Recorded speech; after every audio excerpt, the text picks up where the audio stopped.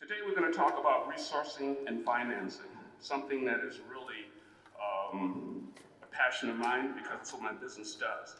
I work with beer distributors throughout the United States, helping them get financing. When we couldn't close deals, we reverted over to doing PPP loans to help them get the resources to keep their businesses open. We try to consolidate markets. We work with distilleries. My company is Quantitative Business Solutions. It's based here in Milwaukee. I live down in the 3rd Ward. Started about 7 years ago when I retired from Miller Coors. I'd been there for 15 years doing mergers and acquisition work, putting together deals. Literally hundreds of deals across the United States, bringing businesses together, consolidating or helping someone sell to someone else. Prior to that, I was an Anheuser-Busch distributor in Newark, New Jersey, one of the largest black-owned distributorships in the United States. It was my dream to be a bud distributor because I grew up in St. Louis, and that's the home of Anheuser-Busch, and I drank a lot of beer and still do. So you're gonna pay me to sell beer? So it was a great opportunity for me to do what I wanted to do. The bad thing about that, what I learned is I had a partner that we fought for 5 years. Ended up selling my business to my shares of business to him and moved to San Francisco and thought I was done. I was 40-something years old, living in the Bay Area of San Francisco, saying I'm not gonna do anything except just chill and lay around the pool. That didn't work. I got bored. I was still drinking beer, but no one was paying me to do that. So what did I do? Miller wanted to hire an Anheuser-Busch distributor, and I signed on with them. They said, come from San Francisco, the Bay Area, California, to Milwaukee, because we're gonna let you buy a distributorship in the Bay Area. So I told my wife, we'll sell our house and move into Milwaukee. We came here in 2000, 20 winters ago, not that I'm counting. We have endured 2 years, the deal that I was working on that would have put me back into my super dream job, going against a Budweiser distributor that I put in business many years ago, and myself competing against him would have been perfect. The deal fell through because someone who owned the business ended up selling off all the brands. Sold off the Corona, sold off the Heineken. All was left was Miller Coors. And I knew from doing hundreds of deals, you can't survive just by having 1 or 2 brands. You need a portfolio of brands to make it work. So that's why I'm standing here in Milwaukee, 20 years later, running my own business. I was so glad that I had an opportunity to move away from working in corporate America. The reason being, I was okay with Miller, I had a cool boss, I was a star. When Miller and Coors got together, my boss became a guy from Coors, who I used to hit golf balls into when I was out there golfing, because I said Miller and Coors are never gonna get together. What happened? They came together. I was out golfing one day and I heard about the announcement, and I knew that was the end of my tenure in corporate America. From going to be a star to basically taking the fun out of what you're doing, motivated me in 2013 to start my own business. And I picked QBS, Quantitative Business Solutions, because my beer distributorship was quality beer sales. And I love to have the QBS license plate because it's all part of marketing. In quality or quantitative, my work, I do quantitative work, closing deals. So it made sense in the messaging. I learned how to do this and evolve by using the canvas from co-starters. Even though I've done millions of dollars in deals, I still learn by focusing on the customer. And that's what I try to emphasize with you. My personal experience, I'll weave that into this deck of information that was provided to us by a professor at Notre Dame University. I spoke with him to get his perspective on the information. Normally I'm presenting my information, so as I go through this, I may skip over some stuff. Please.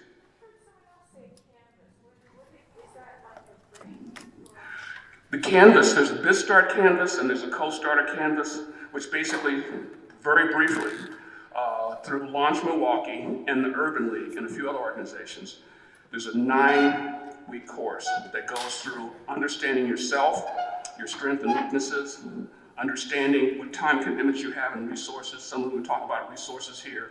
But also, it talks about and focuses on the customer.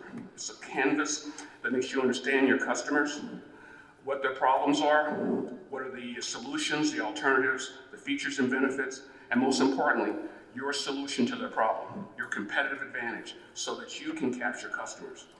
The course also gets into some other stuff is very important is financing. A lot of people don't like to talk about break even and understanding their numbers. So it spends a couple of weeks making you understand what your gross profit, variable, and fixed expenses are, to understand what break even, and then how to project cash flows, which you need to be able to get any financing from any bank or any investor. They want to know what you're going to do in the future, and you need to understand that yourself. So the Canvas goes through all that. It's a 9-week course. We've done it for the last 4 or 5 years now. I've been involved for the last 4 or 5 years. And it's online right now. It's on Monday nights. This cohort has already started. There'll probably be a next one at the beginning of next year. If you go to launchmke.net, you can get information about that. And they're offering scholarships. It's a very valuable program, and the book by itself is worth a lot because it gives you the templates to be able to do stuff. There are case studies that relate to businesses like yours and unlike yours, and also give you an opportunity to put your own information in the templates going forward. That's the answer for the Canvas. It's highly recommended. I've learned from it. Having been in business for over 35 years, again, one step back. In Anheuser-Busch, I started off doing the same thing there. After I got my MBA, I was able to get into a group and learn how to value businesses, what good businesses look like and what bad ones look like. So I know a good operator. Having closed literally 200 deals with Anheuser-Busch, I raised my hand and said, I want to be an Anheuser-Busch distributor. I'll go any place in the world except Newark, New Jersey. Where did it end up? Newark, New Jersey. It worked out well. For me, getting an opportunity that I wouldn't have gotten, it was the worst place in the United States to be an Anheuser-Busch distributor. Because you only had one brand. Budweiser was 90% of the portfolio and been declining for 10 years. It's still declining. Since I've left there, the business has turned over 3 times, and now it's back to being an Anheuser-Busch branch again. It was a great learning experience, made a ton of money, learned a lot. We got held up. People came in, ex-employees with guns, and held us up because we had a lot of money, cash coming in. We had to get security. We learned about that. People were stealing from us, falling off the trucks, falling off ladders. It was the greatest time for learning about business I ever had in my entire life. But fortunately, I was young enough that I could do that in my 40s. I couldn't do that now because I was working all the time. Get calls so they broke into the warehouse at 3 o'clock in the morning. I gotta go there. There's $1 million at the beer house and it was gone. So enough about me, we're gonna get to the material. See, I have a perspective that I could go on and talking about business. And that's why my clients, 2 of them called me Friday during my happy hour. People should know better than call me after 3 on Fridays, because what am I doing? Drinking beer. That's exactly what's going on. So they're gonna get diminished responses. And I tell them, let me call you back Monday. But I got 2 clients by word of mouth that called and said, can you do this for me? Can you give me a estate planning valuation? And I said, yes, thank you very much. And I have to look at my calendar so I don't overwork myself or my team. So think about that. Quality is most important. Delivering on a schedule, that's important. Those are the things that make, I've gotten not one single client from my website. My website is needed to refer prospective clients to learn about my capabilities. So everybody needs to have a website so you can tell people about yourself and have someone help you. The resources we're going to talk about help you make it sound as positive as possible, working towards the customer problem that they have, and you have a solution for that. Today, you're my customer, and your problem, as I ascertain, is how do you get resources to be able to take your brilliant ideas to the next level. That's the key. When I started my business and I pushed off in October of 2013, I decided people were going to pay me every 3 months, quarterly. So for the first 90 days, money's going out and nothing's coming in. My relation to this is how do you bootstrap, how do you fund those activities when you're traveling, buying computers, getting people to help you do stuff, and you have any money coming in. This is after startup. Before startup, you still got to spend money doing stuff. So you're spending 6 to 8 months of money going out the door before anything comes in. Now we're far beyond that. Now the cash account for the company is sitting very, very nicely now. The issue now is dealing with taxes. And it's what you want to keep in mind also, because Uncle Sam can be very problematic. Let's see, this button. Oops. Okay, this is faulty logic. And again, I am trying to present information that the great majority I agree with, and that I don't agree with, you won't know about it, but I won't emphasize it as much as we go forward. The faulty logic, you come up with a cool idea, you attract a bunch of money, and you make a lot of money. You know, that is the ideal situation, but it really doesn't happen that way. And please, this is not a lecture or anything, this is an interactive. If you have any questions or any comments, please ask. I want to make sure you understand the points that are up here. And if I don't know what it means, I'll tell you, I don't know. And you have to do some research to figure it out, okay? Because I'm not all-knowing. Entrepreneurship, the pursuit of opportunity regardless of resources control. How do you pursue something when you have nothing or little? All of us have some resources to work on, and we're going to talk about some of those resources. No one has nothing. You just have limited resources. Even large corporations, they have a limited amount of capital to work with. Airlines, for example, gigantic organizations, and they're bleeding cash right now. They have to be able to allocate their resources and look for places to get help support, whether it's the government, or laying off people, or refinancing, all those different things, okay? The entrepreneurial mindset, and you know, the attitudes that you have, that you can make things better, that you can affect change.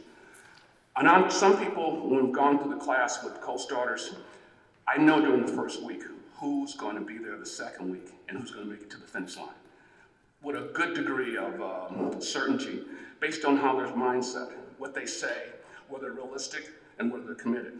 By the second week, 90% of the people make it to the finish line. Those are the ones that are committed, have a certain mindset, that they want to change things, they want to make things better, they want to embrace innovation and change. That's very important. One of the people that I work with is a public speaker, done a dynamic job of speaking to a lot of organizations, being the mistress of ceremonies, doing all those things that are positive. When COVID hit, those things shut down. That person was able to innovate and change the whole model, went virtual with certain things, and now they're making more revenue than they ever did before. Because you're able to think about the customer and how things evolve over time and change for that. That's a behavioral, not professionally. You know, you've got startup. Some people work in corporate organizations that are working and they're trying to work on their job, their opportunities on the side. You have certain time commitments that are towards that. You have to think about how much time do you have available. That's key.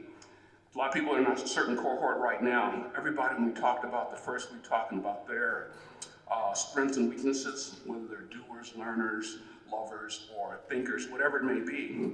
They need other people in the organization to help them to get to that next level. So you have to do a self-assessment of yourself to figure out what are your strengths, what are things you like to do, and things you don't like to do. Like I'm a financial person, I hate doing numbers. That's ironic. But I want to understand numbers, which is very important. So I hire people to do all the crunching, and I know what's right and what's wrong. That's very important. I'd rather engage in negotiations, I'd rather review the information, I'd rather strategize.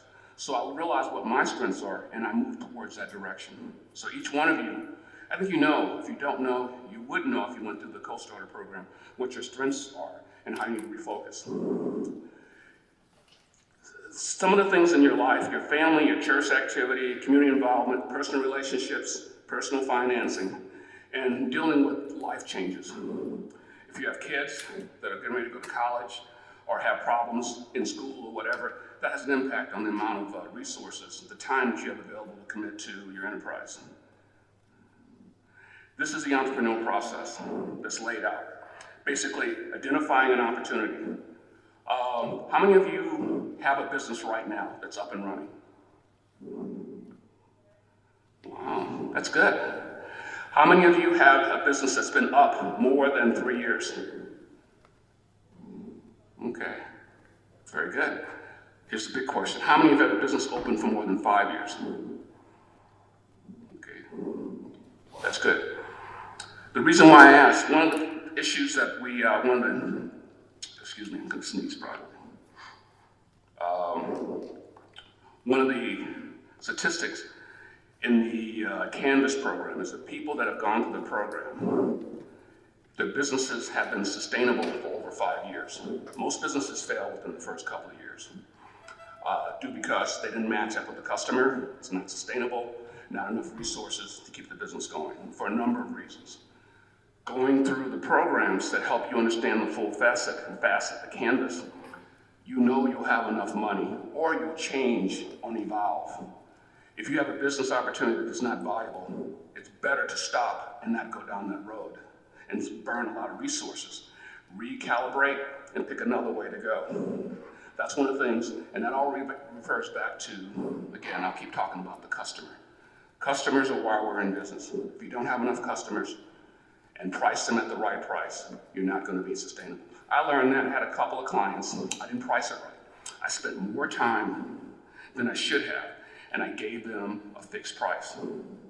So I spent a lot of time working, trying to get stuff done, and I couldn't go back and renegotiate. That's not good business. I had to forego four happy hours to be able to get the stuff done. And really annoying because it was great weather. You know, Milwaukee doesn't have great weather all the time. This was in the summertime. I could have been down at the Tiki Bar Public Market doing a bunch of other stuff I really love doing, but I had to sit there and work. One of the things I learned from that is how to revise my customer focus on giving them the proposals that would lead to me making more money, them being happier, making their own decisions. So it's evolving, please. So the way you contract with them, do you have any contract with them? They just they say, let's don't pay. I'm sorry? Did you sign a contract with them? Oh yeah. I was asking, did you say, man, I don't do so, let's don't pay. No, it was a relationship. I explained to them, you've got 2 businesses instead of 1. It takes twice as much to get them together, consolidated. They said, yeah. That led me to learn the customer conversation is making sure I spend up front asking them, how many businesses do you have? If I ask the right questions, I put together a better proposal. Every proposal well, not every, 99% of my proposals are accepted. I guide them with billable hours plus success fees, another billable hours plus success fees, plus a fixed flat rate option. No one has ever accepted the flat rate option because I make it so high, it guides them to where I want to be. The key is, if you're going to spend time doing stuff, I found I wasn't getting paid. I spent all this time doing stuff, and if it didn't succeed, I just wasted my time. Like a commission doing real estate. You don't get paid until the real estate closes. No, my time is valuable. So they're going to pay me, and I'll subtract that fixed cost, what you paid from the total, okay? So I had 2 success fees hit this, September 30th. It was just me sitting back waiting for the wire transfers to come in after the transactions closed, because they went a certain way. They paid me along the way, and one took 1.5 years to close. So I was getting paid, and I subtracted what they paid me today, and they're happy to see that on invoice. Oh, I'm not double paying. You're subtracting that from that, and I get the check, the wire transfer. So I learned from your mistakes. You can't expect your customers to make up for any bad decisions that you make, right?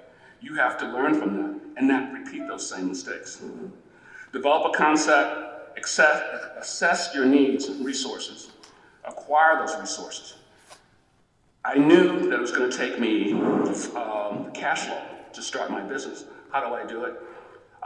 Some of it was, I didn't want to use any of my savings. I had money in the bank. I had gotten a package, pension, all that good stuff. I used American Express money. I went to American Express and they had a 1-year no interest credit card. So I was having a good credit rating. I went ahead and got enough to fund the first 90 days using their money. And when the checks start coming in, pay it off and roll with and roll. Right now, American Express is 100% paid off every single month from the business account. And keeping your business separate from your personal is very, very important. Having that business account, having the business, when you get a car or anything else, have the business buy it or lease it. Leasing is highly recommended. That was the way. Why should I pay $80,000 for a car when I can lease it and 100% write-off with the business, through the business? So, using resources wisely, which we're going to go into deeper detail. Any questions so far? Creativity is important in seeing how an opportunity comes to the idea. But what about the creativity for the rest of the process? You know, you have great ideas, your businesses are going on. The key is cash. Cash becomes king. If you don't have cash to pay for your inventory, to pay the people that are working for you, to pay for your rent, or whatever it may be, you get in a bad situation. Again, like the airlines, you have to have a cash reserve or have resources to be able to gain that. We're going to talk about bootstrapping, which is basically getting money and using resources when you have very limited resources. Leverage is basically using debt. Most people have some leverage because most people have a mortgage. Some people can afford to pay off their home right away, but you really shouldn't do it in a lot of situations. Especially with interest rates as low as they are right now, they're like 2-3%. Why wouldn't you do that? You know, when the money came in from the deals that I had closed, my wife said, "Why don't you go ahead and pay off the mortgage?" I said, "Sure, I'm gonna do it." I'm never ever plan to do that because I can invest it in the market and earn 10% as opposed to saving 3%. From a financial standpoint, why not earn 10%? And after a few years, then pay off the mortgage with the profits and still have more. So there are models to look at. Use leverage when you can. The only way you can use leverage is if you have good financial track record, either personally or the business. We're going to talk about borrowing money from banks and investors and stuff. But they want to see, because we've done a bunch of programs like that. One of my clients that I had a few years ago, 2018, was Uncle Nearest. Has anybody ever heard of that, Uncle Nearest? I'm very proud of that customer because 2 years ago, this is the Tennessee whiskey. It's the slave that taught Jack Daniels how to make Tennessee whiskey, Uncle Nearest. 2 years ago, I took the clients around to Vegas, had all the banks there for a convention, all the banks to try, and they were going to borrow money so they could expand. They're selling more Tennessee whiskey, Uncle Nearest, remember that? More than anyone else. I mean, they can possibly make. But not a single bank would loan them money because they were new. They just started in 2017, no track record. That's a typical situation. A bank's not going to loan you money. Fast forward to last year, I was talking to Chase Bank. They loaned them all the money they needed to build a distillery, a tourist center, and product. Fast forward 2 years because they had a trajectory. They had financial information that showed that they were a success story. They paid their bills on time. They did a bunch of things, but they had to bootstrap. They had to borrow money from people, resources, family, and friends to get the business to the level. So it's gone from a zero business in 3 years to probably worth over $50 million in that period of time. It's a great success story.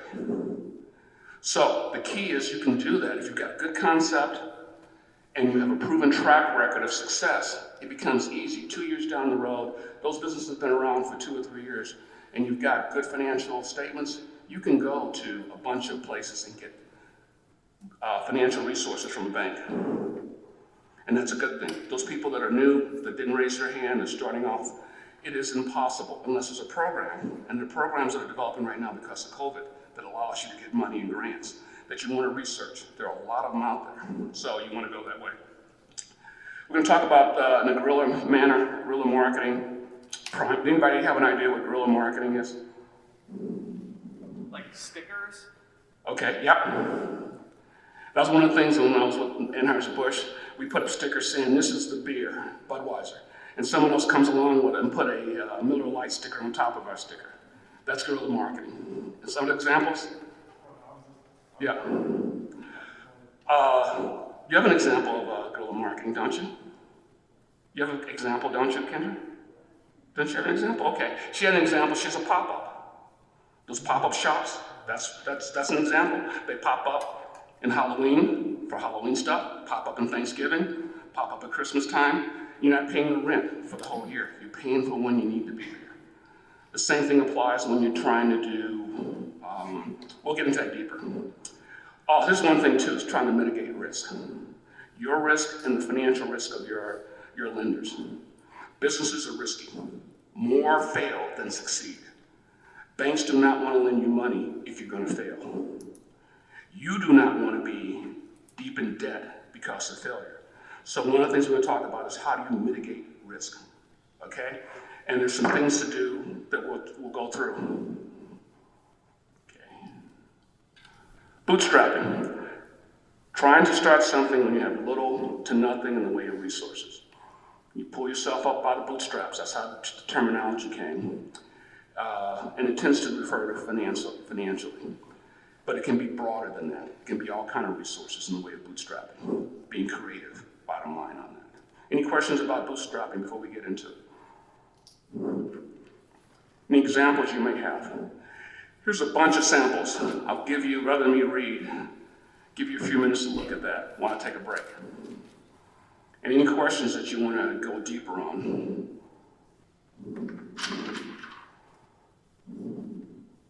I have a question. Would you consider using, when you use your gifts and talents, like other businesses to finance your another business, would that be considered bootstrapping? Yes, definitely. One of the things that I've done is I use, even though you keep your business and your personal separate, I have used the leverage that I can do with the company to borrow money and invest in the market, pay the company back, and then personally I benefit. The market has been phenomenal. My primary focus has been on finance, doing investment. I'm one of those guys who's got the screens up all day long when I'm doing stuff in between.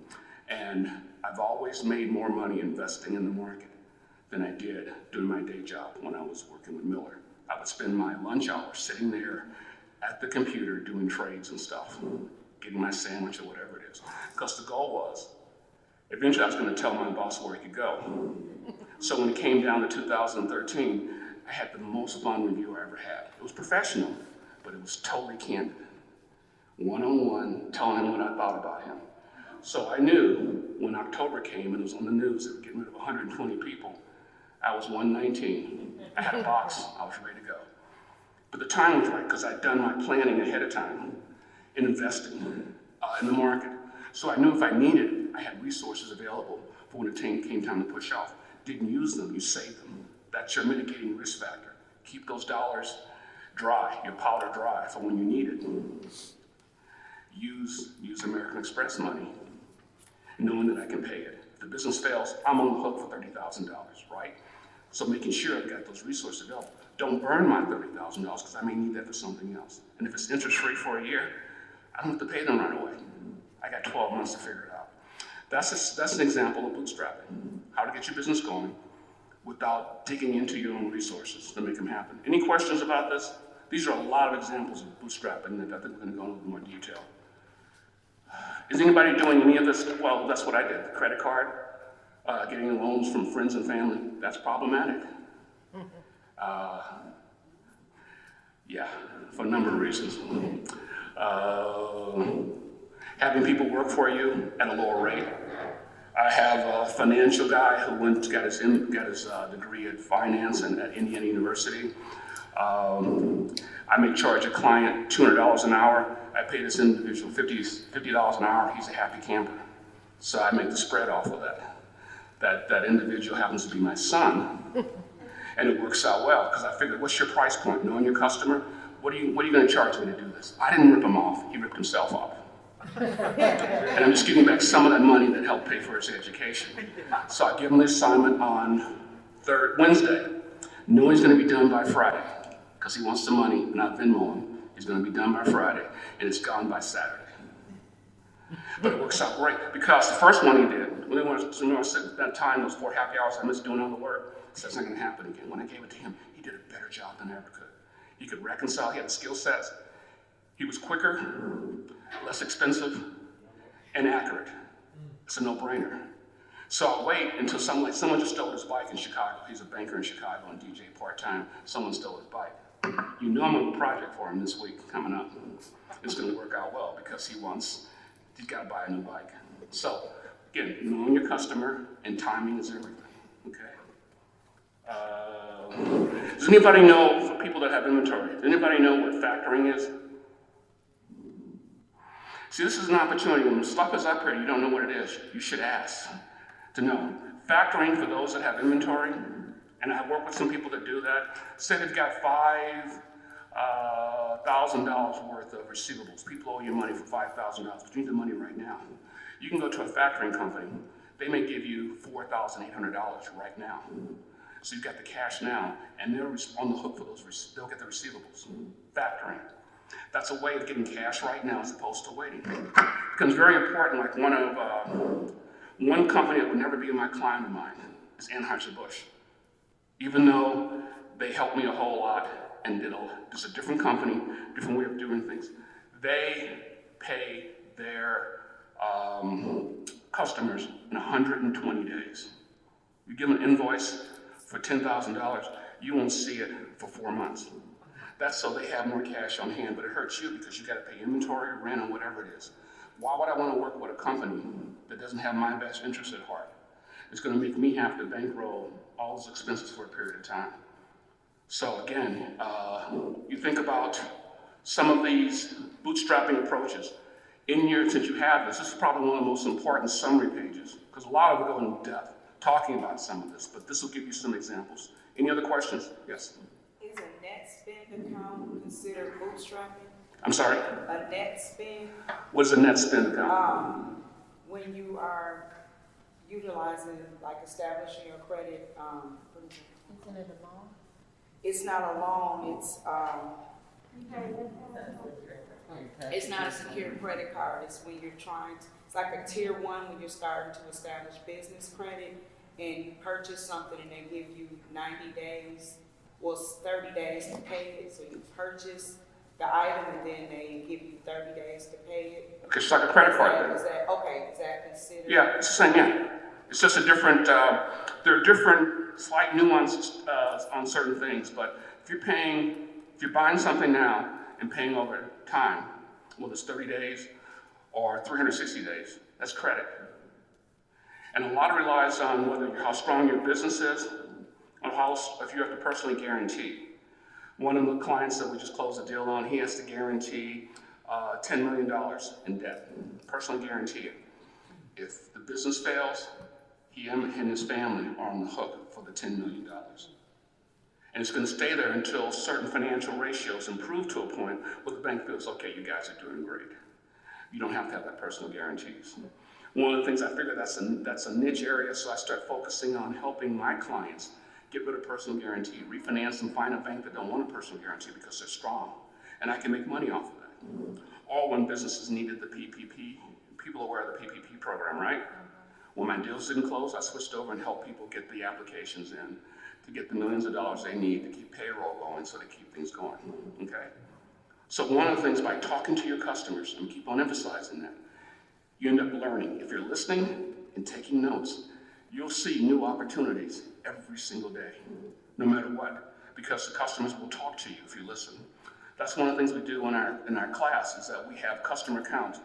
We're asked the participants to go out and talk to their customers. Ask, what would you pay for this? What colors work for you? What time do you need this? And it gives you valuable reconnaissance information. And most of them, let me take that back, some of them have realized that their pricing was out of sync, that they could ask for more money for their products and services, which is a win. One person was doing it, and basically she was working right at break even. She didn't count for her time.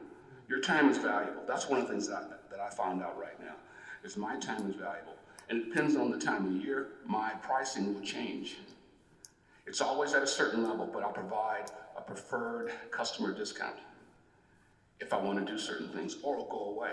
And that way, I found it's very, very effective after talking to customers about stuff. But it's only by time and talking to them do you learn about these things. Okay?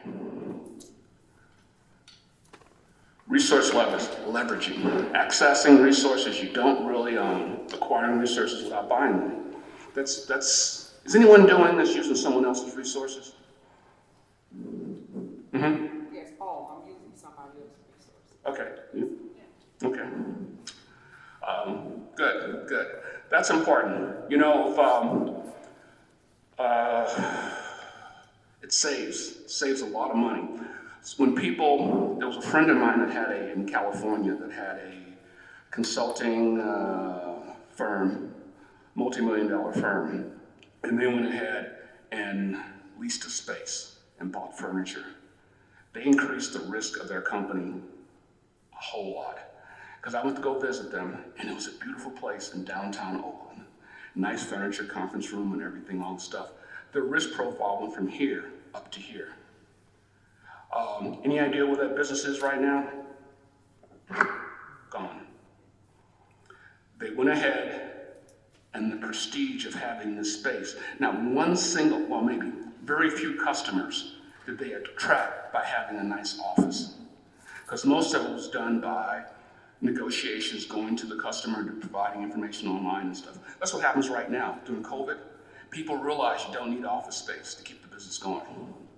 You know, it's totally unnecessary. My wife's been working from home since March 17th, not that I'm keeping count. And it's changed the whole profile of things. Where I had all the space, I could do whatever I wanted to. When she came home, I made sure I was in the right place, doing the right thing at the right time. Now she's there all the time. So I have to go to my office and work, which I've changed. It's amazing how I bought all the right equipment, make myself comfortable, bad chair with the headrest, and it's because I spend a lot of time there now, which I never had to do before. The dynamics have changed. Please. I was thinking about those co-op spaces, those really popped up a lot. Do you think those will be as popular? Because you're only paying for when you need it, they'll probably stay popular, I think. I'm not using co-op space, but I think it's very important that some people need to go in to use copiers and have meetings and stuff like that, and you're only paying for a fraction of the time. I see them being very, very important resource. So I think so, yeah. Stretching resources, using one resource for another. Anybody got an example of doing that?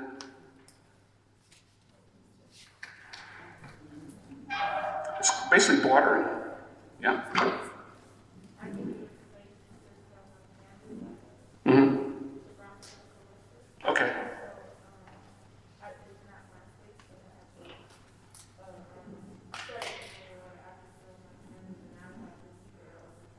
Okay. Mm-hmm. Good example, yes. I'm wondering too, like maybe how churches will share space, like maybe one church is in the morning and then the other church will come and use their space. Yep, that's a good example, yes. Would another leveraging example be volunteering somehow and then being able to network by volunteering, like passing on your material? Yep. Co-branding, I support you, you support me. I have my products at your event, you have your products at my event. It's cooperative, it's part of networking. One of the things that I talked to one of the participants in the launch MKE the other night, because I have people that are calling to ask questions. Those that want to help themselves, I'm 100% behind trying to help, because people help me. I would have not gotten my distributorship had people not spoke up in the room when I wasn't there and make it happen. By the same token, all along the way, my clients are all about, some of my clients had to go in when Miller and Coors were separate in a lot of markets, had to go in and say, we don't want you. We want you to sell your business. We want you to consolidate, but we don't want you to be the person to consolidate. Several of my customers are people I had to deliver that bad message. Because I had to go in and deliver the corporate message, but I did it with respect. I said, I knew the laws in the state. I delivered the corporate message, but you know you own your business and you'll be here long after I'm gone. And someone else besides me has come in and told you the same thing and they're gone and you're still here. And they said, yeah, you get it. And it's been surprising because people call me to ask me if I could do certain things. Or pre-COVID, I'd go to the National Beer Wholesalers Convention in DC or San Diego, cool places to go. And I'm going around drinking beer, talking to people with a pocket full of cards.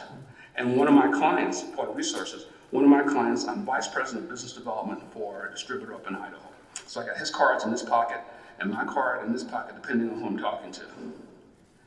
And he pays for all my expenses for these trips. So I was just in Houston for the Molson Coors convention. The day that they had the shooter at Miller Coors. I was at the convention, everybody's up there, we're having a great time, we're gonna have a party, and get this, there's an active shooter. Convention shut down. And I'm like, wow. It was scary because people we knew were still in lockdown, didn't know the outcome of that. So the normal convention going around, hey, I'm Greg Webb, blah, blah, blah. You can't do it because everybody, it's not appropriate. So you're solemn, you're drinking, still drinking beer and eating good, but you're not celebrating or marketing unless someone asks you. Now doing that, one or two customers ask me and I'll follow up.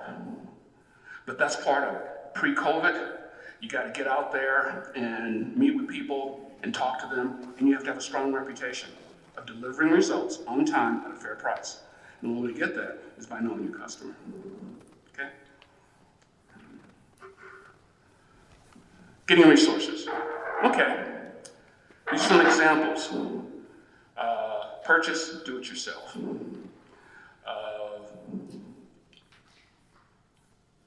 Obvious. Some more examples. Shared resources, we talked about that. Give equity. That's what Uncle Nearest did at the beginning. That is not advice, it's very expensive and it's problematic. Equity return on investments are excess of 20%. Excess of 20%. And some people want to have a voice when you give out equity. They want to tell you how to run your business. It's not worth it. If you can avoid it at all costs. Now, I was in an equity situation. I didn't set it up with my partner. He had controlling interest. So it took me having done so many deals. Our operating agreement was so thick because I needed protection. And Anheuser-Busch protected me. We don't want you buying an $80,000 car. Buy an American car. We're driving out in retail. You can't pay people in the family more than they should be paid. A bunch of stuff. From doing and having experience, I knew what problems would be. So and every now and then I'd run down and highlight part of the contract saying, you can't do this, dude. Didn't make him happy. He was a big football player. He used to play with the Cardinals. And I was hoping that he was punching me at one point in time. And then I'd have the whole business. But he had me straight. I balled his fist a few times, but he never punched me because, I would flopped on the ground and pretend like I was out. Ultimately, I had a 5-year buyout situation. So for 5 years, I hung in there, made a bunch of money. And at the end, he had to write me a check. And that's when I moved to California and said, adios. And his business failed 2 years later because he didn't have the business skills to do so. They had a strike, they had scabs come in and do stuff. It was just a bad situation all the way around. And we avoided all that stuff, but that's why they put us together. He's a celebrity, I'm the business person. He resented that situation. So it was an animosity all the way. But, and I'm standing at the bus stop thinking of that train to come along to go to Newark. Do I get on or not? Sure I do, because you're not given these opportunities often. And in retrospect, do I regret doing so? No, because I learned a lot. Having done hundreds of deals, you learn more when you're doing it yourself. How to make payroll. I had 30 angry drivers that sat in front of me when I was trying to write checks to pay them for Friday. Big, angry Newark guys that are mad. I was scared. And so I ended up overpaying people. I rounded up just to make sure. Get out of my office, go home, and then we'll figure it out later on. You learn about this stuff. Like I said, when people came in, they waited for us to leave on a Friday, came in with guns. Fortunately, nobody was hurt. We found out who the chicken people were, and we found out who were brave. But we learned how to adapt to that. Leasing resources, renting resources, obviously. Let's see, bartering for resources, we talked about that. Partnering with other providers. I don't know what ham and egging is. Anybody know what ham and egging is? Okay, well, maybe we'll figure it out later on. Because if I don't know something, I'm on the phone. Go ahead, please. Okay. You have two companies. One has the ham, one has the egg, and put them together. I have a good example. I just went to a car dealership, and since COVID, the car rental places are going down. So they partnered. So the car dealerships don't give loaners. They send you to Hertz. Oh. So that's a ham and egg. Okay. So they don't have to pay for the car. They detail it, they maintain it, they give them a deal, they charge you this much and charge them less. Okay. Hertz charges the dealership less and they charge the customer. So that's a hand and egg. They've got the car, we've got the car dealership's got the company, pay the customer, and put in the car, and they work out a deal between themselves, and it is. Good, okay. Yes? To step up on the game when other teammates are not playing well. Okay. I would have never gotten that from ham and eggs. Step up one game when other team players not playing. It's originally a golf term, but that was the Urban Dictionary term. Okay. Well, we learned something today. And that's why I'm the guy, if I see something, I don't know what it is. Next time I'll know what it is. This is the first time I've seen this presentation other than walking through it with the professor. So, I know what ham and egging is. Guerrilla behavior. Warfare that's unconventional. Combat, small groups of combatant use mobile tactics to form ambushes and raid. That's really deep.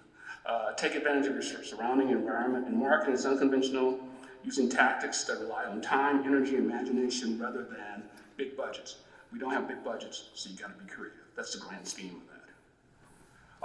We'll have an example with Harley Davidson. They're a prime local example of guerrilla marketing. Doing more with less, using other people's. This is a common thing here, non-conventional media, using social media to do stuff. Does anybody still do flyers on cars? Okay, interesting. You go to church, the black church, you come out, and they got all the pastors. Okay, good to know. Well, obviously, I've been to church in a while. So, okay, good to know. Because to me, it seemed old, especially in the COVID situation. You know, they're giving you a menu, so I always wonder what's going on, so I'll ask. And that's the key. As entrepreneurs, you should be always asking questions. You should always be open to new ideas. Don't be afraid to say you don't know. That's the key. Now, when you're around your staff, your employees and everything, showing leadership, and sometimes it works to say, I don't know, we'll get back to you, or assign it to someone else to get you the answer. You know, you want to figure out, you want to have the credibility going. Tapping on unutilized resources, some of the same reoccurring things here, database marketing, finding ways to talk one-to-one. One-to-one talking to people is not really relevant right now unless you're doing it during Zoom, which really lose some of the effectiveness. Because it's really kind of hard to figure out someone's body language. You can see their facial expressions, but sometimes body language tells you a lot about it. With my situations, especially in the last 8 months, the proposals that I've sent out have been Zoom conversations with me asking a lot of questions to make sure I understand what their problems are. And I take the time to go ahead and think of solutions to their problems and why they want to work with me. And I always have to have someone else read what I'm doing, because I realize that I'm horrible when I'm writing stuff down. I'll miss words, and punctuation is bad, grammar is really bad. So I always have other people, at least 2 other people, review it, because it reflects upon your integrity, your attention to detail. It's all about imagery when you're doing stuff like that. So those who are doing proposals, the same thing with organization, with product. Your product has to be, if you got defects, you gotta get them out of the mix, because that's the reputations going forward. Same with like beer. We've had bad batches of beer and they have to throw them away. They can't sell them. They had a problem with MGD, which is my mom. She's 85 years old in St. Louis. That's the only beer she drinks.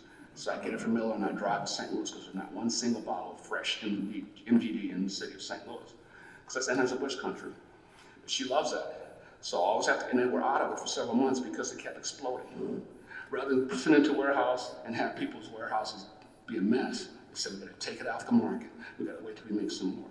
That's an example that you have to make sure that your product has the highest standards of your services, meeting your deadlines and have it very, very accurate. Do you have a hand up?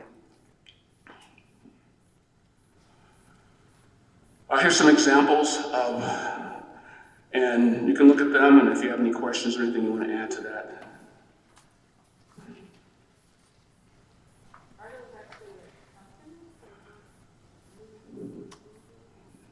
I don't know. These are examples. I was hoping that some of you guys would know what some of these things are. Now again, this is from Notre Dame, a bunch of college students that are working with the professor, so we may be aging ourselves by not knowing what a lot of this means are. But the concepts, you want to barter, reciprocity, we talked about that, sharing, share a copy machine, share office space. Opinion leaders, yeah, if you got the right, that's pretty common. You've got people wearing the right stuff. There's a guy that I used to work with that worked with and I liked. He was the RVP for this region. He started a new brand called Iron Jock. Iron Jock sports goods. Just started it like in the last month, just pushed off in the last month. And his stick is the stuff doesn't smell. You can work out and it has something in it and you won't smell bad. I'm saying it nicely, but you won't smell bad. He sold out of his stuff during the first month, using his network of people. Me thinking about, you got a network of people, my daughter teaches barcode and my son teaches blah, blah, blah. I said, you want some influencers, send some product to my kids, they'll wear it. And you get some sales in Chicago. So he's gonna send stuff and they get 10% of whatever the sales are. Just by looking at it, seeing a relationship and thinking about, wait a minute, I can help my kids get some nice gear. He can make some money reaching markets that he never would. And hopefully I'll get a jacket or two out of it in the long run. So thinking about the relationships there. And tapping resources, like doing it at the church on the cars or on the elevators. Networking, co-creation, creating missionaries, outsourcing, and create news, free computer training for inner cities. That's an example. That's the first one I understand. Alternative, let's see. I don't know. Well, are those like maybe getting fans, rate people who rate? Okay, that makes sense to me. Any other ideas on that? Unless you're the author, you really don't have 100%, but you can ascertain the concept, and you're probably right on that. More examples? Okay. This is a good one. Hairdressers for dinner. Invite them over, have dinner with them. In the mindset, they will support or speak about your catering. And hopefully you can get some people to come to their place, working together, networking. The bottom key on that is really networking. My network, I tried to work outside my network. My first client that I got was a very demanding private equity firm here in Milwaukee. It was good because it forced me to start off hard, figure out my stationery, proposals, everything else, because it was a high standard, okay? It was outside my industry, and I was not successful because people were not returning my calls when I was traveling to visit them. It was trying to consolidate outside my industry. It had to do with the people that were painting cars. They make money on the machines and the paint for Volkswagen and all these other. But that network, they bought a company and they wanted to expand. It wasn't working for me. I realized through trial and error, I was running on a treadmill. I made money because I did billable hours, but I was never going to get to success fee. This was my first client. The second week after I started my business. And then again, the money was going out the door. I didn't bill them until quarterly. All of it came back in, and I had the right gross profit margin. So I made money during the first 91 days, basically, by doing so. But I learned that I was outside my scope, and I didn't have that network to leverage on. I didn't know the language was a lot of stuff. They were talking about equipment and specialty stuff that I didn't know. So one of the lessons that I learned in that is, in your area of expertise, that's where you're going to have a competitive advantage, because you're going to know and speak the language, and people should know you and respect your knowledge on that. Outside of it, you've got to earn it, and it takes time. I didn't have time, nor did I want to do it. Once I retrenched and came back and started working in beer, distilled liquor, craft beers, and wineries, I was back in my comfort zone. I cannot drink paint, and it was not exciting for me. So I could drink the other stuff, the other product. And it's social. That's what's good about it. When you're around having a beer, it's kind of relaxed and the grand thing. And if you're professional in what you're trying to present, it really gives you an advantage there. So that works out well. Reciprocal advertising, bartering, theater with speakers out in front, bakery smells. Okay. bus marketing, donuts for coffee repair shops. Interesting examples. Okay, we're gonna talk about Harley, and then I'm gonna take a little break to get some water and stuff, okay? Everybody knows about Harley Davidson, and they're doing guerrilla marketing. How they're doing it? They appear in other people's ads, right? Halftime Super Bowl, you see the motorcycle going around, but it's not Miller Park, AmFam Field now. That's a big change too for me. Going from Miller Park ever since I've been here to AmFam now. Club sponsorship, these road rallies are big time. It's a cultural thing. Gatherings, employees all wear their clothes. Same thing with Miller. People wear a lot. You give good quality stuff to people. It works out well. In way of advertising. Now, if they're wearing crappy little t-shirts all the time, it doesn't really give you the leverage. It does to a certain degree. If you're doing a mass event at a fair or something like that, you got Miller Lite all over the place, or Coors, or whatever it may be. Factory tours, a lot of people do that. They've got their place over there, the diner and everything, with the museum. That's where it's a museum. People pay to go through there, see the bikes, eat, and they can buy a bunch of wearables. They've done a lot of marketing research on customers. And things are changing, as you probably can ascertain. The people are getting older, there's still a lot of people, but they're not that many, because the bikes are very, very expensive. I know people that paid $40,000 for a bike. They're going to get wet when it rains, and they can't ride it in the wintertime. And they'll put another $10,000 worth of stuff on it. That's the whole mindset. And that's great. Now people, so they came out as innovation. What they come out with? An electric bike that's super fast, super expensive. Don't know where it's going, but they're trying to attract a younger market that's got disposable income to spend a lot of money. The electric bike is just as expensive as the gas, but it has to be different. The product difference is it goes super fast. And we'll see how the verdict's still out on that. They don't try to define the mystique. Instead of, they're basically going with it, knowing the customer. The customers define what the Harley messaging is. This is what we're talking about in co-starters too. Play on the desires of freedom and action. How many Harley riders have you seen with a mask on?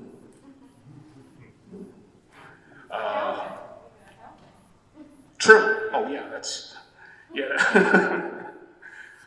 owners are the customers, fundamental belief that there is no substitute for the best. Their bikes are high quality. They spend a lot of money on it, and that's important.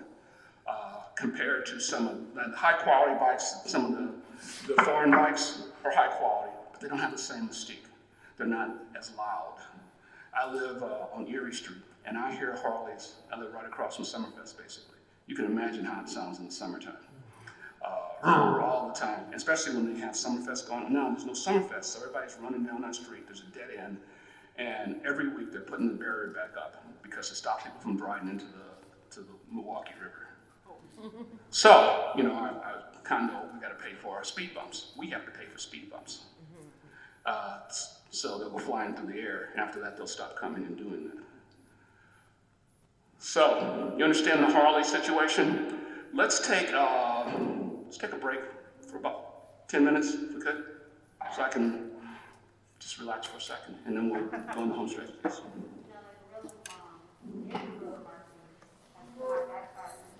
How's that? Really? Okay. See, I would have thought that, well, they were targeting towards a certain clientele, and I thought, that's interesting. Yeah. That's not knowing your customer base then. So, there wasn't a question. She was saying that Harley Davidson, when it backfired on them when doing guerrilla marketing, that when they had Trump go out and have the Harleys at the White House, their sales went down. Now, we don't know if it's just because of that. It could have been because of a bunch. Okay. But it did have an impact and wasn't positive. Okay. 3 questions to guide your efforts. What internal resources do you have that are not being fully utilized? Think about your own business, and Are you making full use of packaging, websites, vehicle sales, service people, or any other assets that are under your control? There's always room for improvement, I believe. It's something you really want to keep tabs on, because the more efficient you are in using your resources, the more profitable you are, the more money you'll have in your accounts. So that's something to think about. How well are you leveraging relationships with people and companies in your network? That's very important. If I didn't have a network of people that I've worked with over time, I wouldn't be as successful as I am right now. That's why I learned when I was outside of my network, I didn't have the success that I had hoped for, because I didn't know who to talk to. They weren't returning my calls. It takes time to have those conversations to figure out, to get the information I need to be effective. And I wasn't getting it done. Business is about having failures and how you react to them, because not every day is going to be a banner day. It's a roller coaster. And you like for it to be a roller coaster in that way. Those happy days when you get a new client or a wire transfer comes in, those are good things. And other times when, like the guy at 1 o'clock in the morning said, no thanks, I don't want your help. And you're like, okay, but then you say, you move on. What did I learn from that experience? I didn't talk to him, I relied on someone else to talk to him, so I can get that read. If I had talked to him, I would have got the sense that he really wasn't serious, and I wouldn't have wasted 2 hours of my life trying to do something. When untapped or unutilized resources exist in the marketplace, looking outside of your particular enterprise, where are other resources that you can use to take the business to the next level?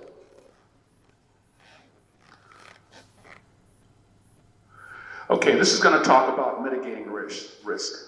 There are a bunch of slides later on that I'm not going to spend a lot of time talking about, so we can talk about risk. The other ones are talking about if you're a multi-million-dollar company that's been around for a long period of time, using private equity, doing bank financings, all those types of things. It's in your book, but we're not going to spend a lot of time talking about this. We're going to talk about how do you mitigate risk? How do you operate your business and not have it be worrisome to you? Or, if it fails, how do you make the failure less impactful? The willingness to pursue actions that represent a meaningful chance of a significant loss. That's what business is all about. If it was a sure thing, everybody would do it. Entrepreneurs are not high risk takers. I don't agree with that. I think you entrepreneurs are higher risk takers than someone that has a 9-to-5 job working at a bank. If anybody works at a bank, I'm sorry, but bankers. Example being, my son is a banker right now, and he's learned to hate it. As well as jobs he could have for the rest of his life, his income will go up by a certain amount. He'll do it with some of the same people, and the people he work with have been there for 20, 30, 40 years. Okay. My daughter on the other side is not a risk taker. She's with Facebook and has gotten 3 promotions in the last year, and her income is twice what my son. He's older. Depends on where you are, what organization that you're in, what climate that you're in, dictates a lot of that. She is so safe. I couldn't have convinced her to put money into an IRA until I guaranteed it. And she's got plenty of money. So I guaranteed it for the first year. Apple, thinking it was a slam dunk. It shot up and it went down. And she started sending, she didn't send me any comments when it was going up. When it started going down, I said, no, you're covered for a year. It'll do fine. It'll do fine in the long haul. But the risk taking, my son, as soon as it comes in, it's gone. He'll go to Europe, he'll do a bunch of stuff. He wants to go to Europe now, which is the dumbest thing I've heard from anybody. But, that's, both of them came out of the same house in 2 different directions. What is the calculation of risk taking? I'm not a big risk taker. That's why I've got in the area where I said to think, where do I have a competitive advantage? That's how I can mitigate my risk. I didn't go out and rent a place. I didn't need an address. I used my own. My card has my address. So I work out of the main office. That's all I need. And it works for me, so I mitigate my risk. I was telling you about my friends in Oakland. They got the office space and spent all that. The risk profile increased substantially because their fixed costs went from something very small to the rent was like $10,000 a month. Okay? So she's got $120,000 of rental that she had to handle. That changes your risk profile a whole lot. And I couldn't tell her not to do it. Minimize downside rather than focusing on the upside. Okay, here's a calculation of risk. Risk, the magnitude of loss times the probability of loss. You know, can you lose $10,000 and is there an 80% chance you're going to lose it? That's sort of your calculation of risk. My risk is low. All it is my time that was spent starting off, didn't go anywhere, or the expenses that I incurred pushing off, buying computers and stuff that doesn't matter. Once you have more cash, go ahead. Question for you, what is the F in front of magnitude of loss? Is that like a factor of some number? The function is this times that. Also the point I was going to make. It comes and goes. Well, yeah, you're saying that your time wasn't a very big risk, and you had That's right. your things that you bought in the beginning. Yeah, the idea is that, you know, I wanted to mitigate my risk when I pushed off. The risk that I had was expenses associated with that, but the risk was going to be on the credit card from a financial standpoint and the time that I spent doing so. I said my goal was I'm going to double my business, my revenues, every year for 5 years. I had a plan. I've been around for 7 years. I've reached year number 5. It's easy when you start off small and you work, keep doubling. You reach a point that changes the structure. You have to hire people. You have to spend more capital and do stuff. So I said, okay, what am I going to do when I reach this level? Do I keep going like that or do I level off? I said I'll level off and make more money. Talking to customers, picking different customers, different pricings on stuff. Some customers I charge 3 times as much for my time because I've done the customer conversation and realized, they can pay. I'm expecting them to negotiate and they don't. I said, okay, this is cool. I'll learn that. So I can charge someone $4.50 an hour if I want to, and they're going to pay. And also having a success fee, which I collectively, by talking to my customers, I lowered it, lower than the competition. Competition may be charging 3%, and I said I'm going to do 1.5%. And if they talk to anybody else, it was, there's a value there. Success fees. That's what I charge. When I do stuff for people, you know, if you start looking into the problem that they have and how do you solve that problem, your competitive advantage, if I'm going to save you $500,000, I want 1 to 2% of that $500,000 for saving you that. You're going to have another 90-something%. Why would you do it? And the mindset says, well, why wouldn't I do it? And I said, okay, let's go ahead. Success fees. The billable hours thing, so I get paid along the way. Because sometimes people don't execute. I could do a deal, and it's a $10 million deal. No, I want to buy it for 9, so I'm not going to do it. Wait a minute, I just spent 6 months working on this, negotiating everything, and now you want to do it. Example being a thing disclosed. No bank would loan my client any money. But my relationships with a bank brought it to the table, you got good financing on stuff. And then I had to negotiate to make sure you didn't do certain things, because the bank wanted an audit. An audit costs $40,000 a year, as opposed to a review, which costs $10,000. He said, yeah, let's do the audit. I had to send him a text. Let me handle that. Made it go away. Over 5 years, he saves $30,000. $30,000 a year, what's that? $150,000 he's have to pay just by changing.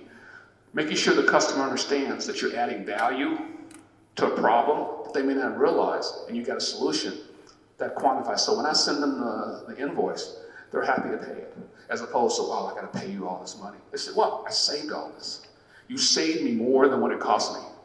And that's a perception thing for those that are doing consulting work. The same thing with value on when you're selling a product.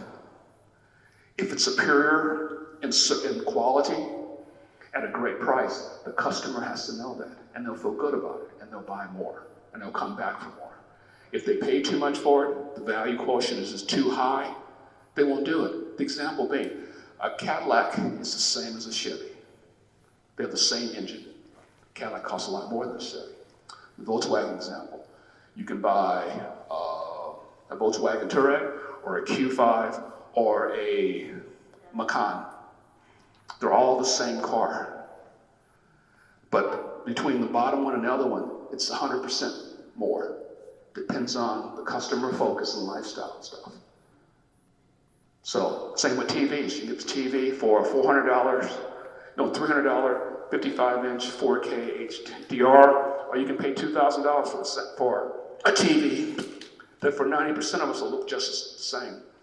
So, again, back to understanding the customer, what they're going to pay for. So, if your customer values your business or services as something higher quality, you charge them more. I learned that the first day when I was working at Chrysler back in 1978, when we were pricing the K car against other things. And they said, price what the market will bear. I thought, no, you build up and you charge. No, if someone's going to pay $10,000 for a $5,000 car, give it to them. That's what you should do. Don't shortchange yourself. Keep value on your time that you're spending. Because your time is very valuable. You don't get it back. Okay, how do you manage risk? You share the risk, get other people involved. I shared the risk by getting American Express money involved, okay? My risk, my time was my risk. Stage the risk, not getting that real estate, that apartment, that location. Minimizing, I used my own car and just did the mileage thing with Jake. A couple of years ago, I went in, I was gonna buy a car and it's from the business. And I said, no, most people lease their cars. It cost me half as much to lease it and 100% write-off. So my car was totaled January 2nd. This has been a great year. It was totaled January 2nd, so I go back and I lease a car that has everything that I want on it. Because it's going to be, and it's just used for business 100% of the time, and it's a write-off. Because I have another car that I use when I go to get my beer. So the mindset, and this has come from talking to other people. Again, I'm trying the mindset, mitigating risk. When you go and talk to people, listen, ask questions, and gain knowledge. One of the things that I did in risk, I was setting up a 401k for one of my clients, 401k program to help with retention. He had a problem trying to realize how to retain employees. He had drivers that had to move beer around and do stuff, and people like other companies said, you can be a driver and not have to touch anything. So he was losing a lot of people. So we set up a 401k program where he invests. You put some money in, we'll put some money in there, but it takes 3 years to vest. So if you didn't stay there, you wouldn't get all the money. That helped. His retention numbers went down, everything. By researching that, I learned that I could set up a self-employed 401k for myself. And you could put 100% of your compensation up to $26,000 tax-free. And 25% of your earnings in there, tax-free. If I wasn't doing work for one of my clients and listening, paying attention, I would have saved myself $57,000 a year in taxable income. There's $57,000 I'm paying taxes on that can grow. So the lesson on that is keep listening to your customers and see how it applies to you so that you can also benefit. So it's worth it learning how to do so. Isolate the risk, or lessen the risk. Risk mitigation is very important in your businesses because I think you want to minimize it and you want to be successful. Any questions about risk mitigation? Yeah. Did you cover stage the risk? What do you think stage the risk means? I think I'm going to find out when we push the button. Great. Okay. Well, hopefully we'll find out. If not, it's a research situation. Some examples of how to mitigate risk. Lower your fixed costs. Important. The rent situation is a prime example. Once you do it, her fixed costs went up $120,000 just by doing that. Carry inventory on consignment. Outsourcing is contract labor. Contract labor really helps because one, you have to deal with all the payroll situations and you can give people assignments. Everybody that works for me is contract labor. All my clients, they have to send them, was it a W-9 or something like that? I am contract labor for them, consulting. So I don't have to deal with any of the payroll taxes or any of the insurance or anything else. keeping it simple to mitigate the grant. Now, my problem is I have to deal with all the taxes associated with that. Do you think stage service might be like staging, so you don't necessarily own the furniture, but they don't know you don't own it? I think it might be have to do with timing. Do this now, do this later. And you could be right, I'm just guessing, staging at your risk, so do things at different segments to try and stage it. That's what I think, timing more than anything else. Sales on commission, hold less inventory, delay of payables, shorten receivables. That was one of the problematics with Anheuser-Busch. Remember I said it takes 120 days for them to pay you. Why would I want to deal with them? I got to cover all of my expenses with them for 120 days before they pay me. Not a good client to have. Longer contracts with customers or purchase deals. One guy I've had for 7 years. One client I've had for 7 years, and I haven't raised his billable hour rate. He's the guy that pays for me when I go on the trips. And I give him a preferred customer discount all the time. I thought it was going to be problematic if I raised my rate because he's a friend for a long period of time.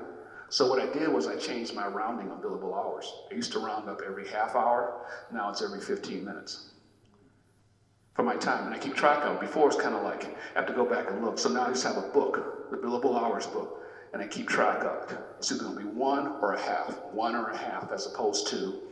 So effectively, I changed my compensation because I changed the methodology. While having that conversation with him, feeling like, oh no, you went up on me, I don't like that.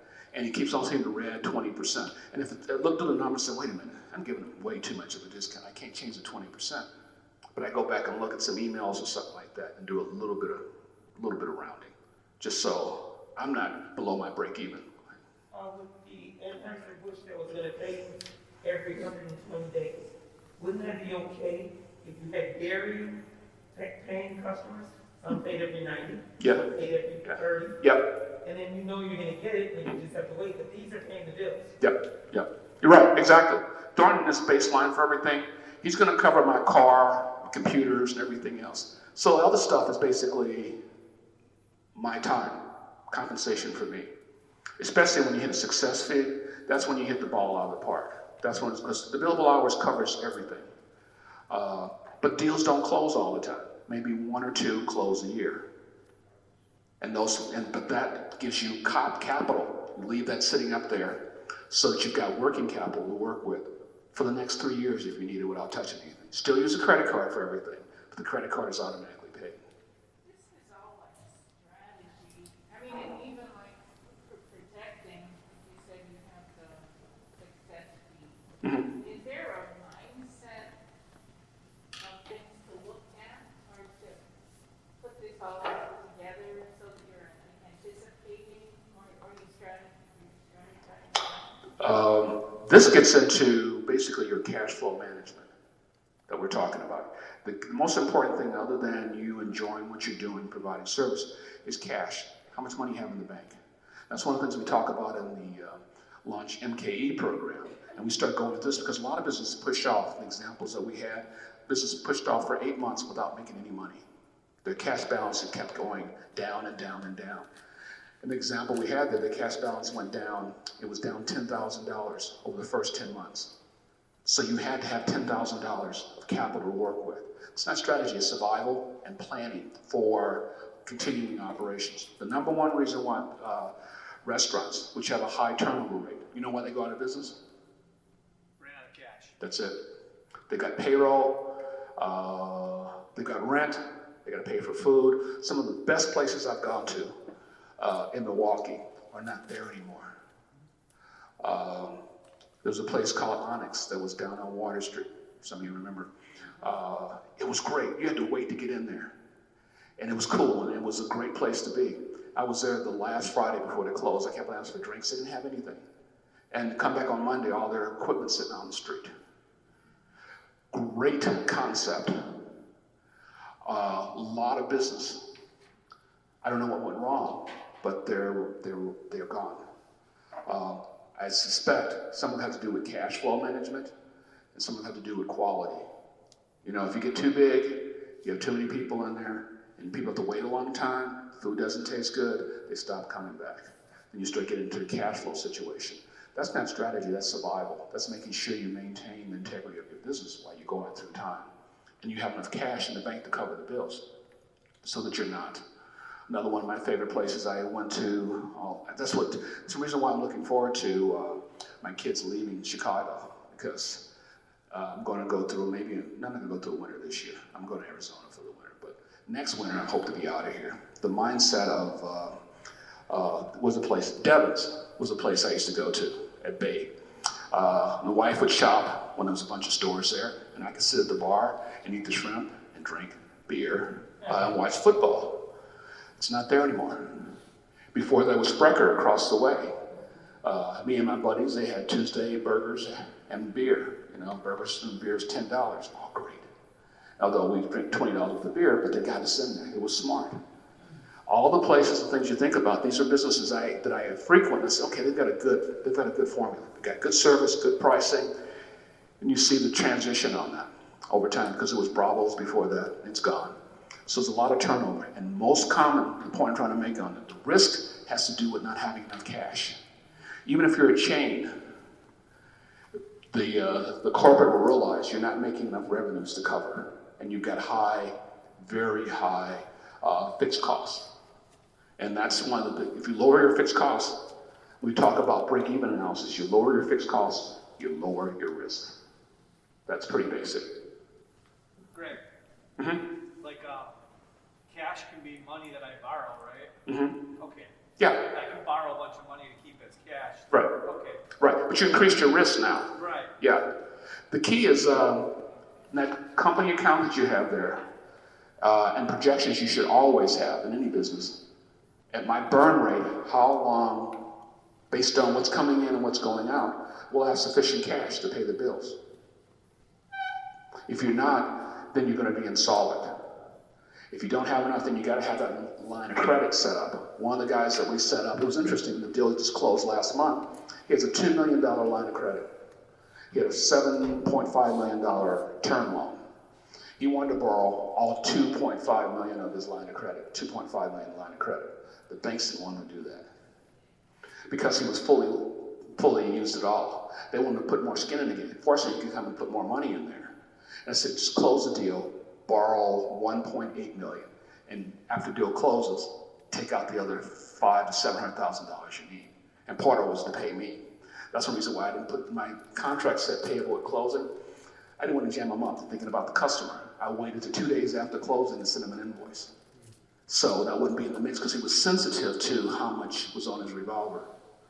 Even the business that's been around, beer businesses never fail. That's another reason why. Talk about mitigating risk. I knew when I was in college I wanted to be a beer distributor. And I knew more so going on because not one has ever failed. Even if some of these guys are drunken, absentee owners, they have never failed. So I said, wait a minute, where else can I have a business that's going to give me predictable cash flows? Situation now, getting off on the beer tangent again. You hear a lot about beer. I know some of you guys are sick of that, but that's too bad. That's my passion. Beer, when we had the COVID start, all the bars shut down, right? So you're not delivering beer to bars. What do you think happened to the industry?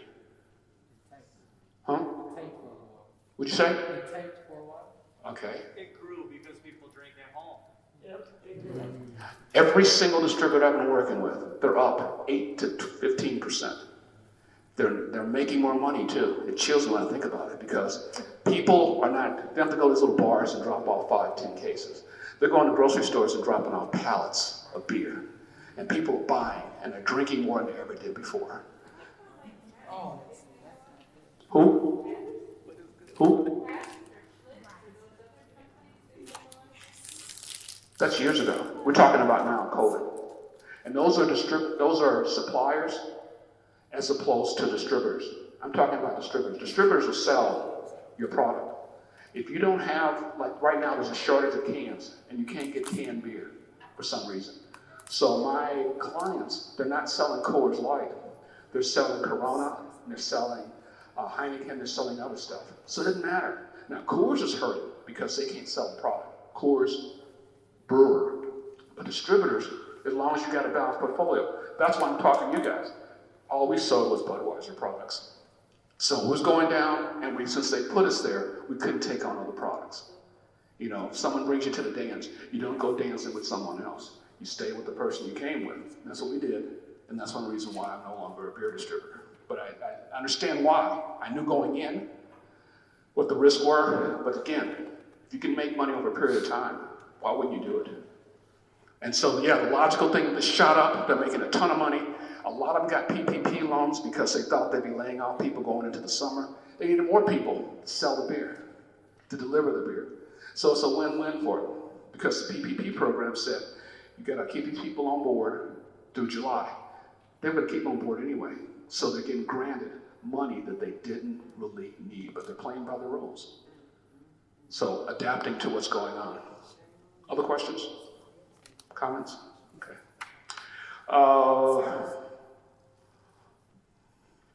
Bundle products. That's a thing too. A lot of people, they sell you more by making it seem like you're getting a discount on stuff. You know, they'll throw in some other stuff and it says, oh, you saved $100 by spending an extra $300. They work more margin on it.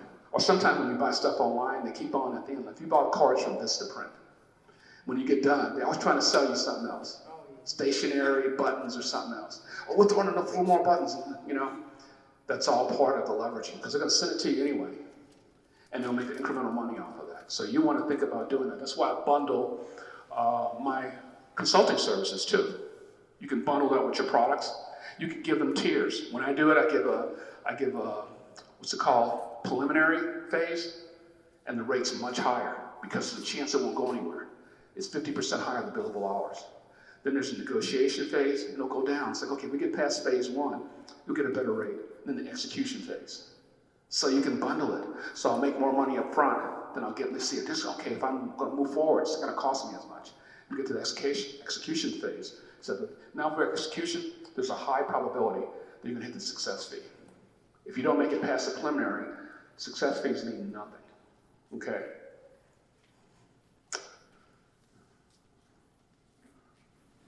Oh, here's an example. Here's Lee's lawn service. He wants to start a lawn service. He doesn't have a lawnmower. He doesn't have an edger, a blower. He doesn't have anything. He's got a truck and a trailer. So what does he do to start his business? Use the customer's lawnmower. Good. That's right. I'll come mow your lawn if you got a lawnmower. It's reduced fee. I'll take care of it. Oh, by the way, can I borrow your lawnmower this weekend? I'll do your grass for free if you let me use your lawnmower for this weekend. And once he's got enough, he can buy a lawnmower. That's a good answer. Very quick. Yeah.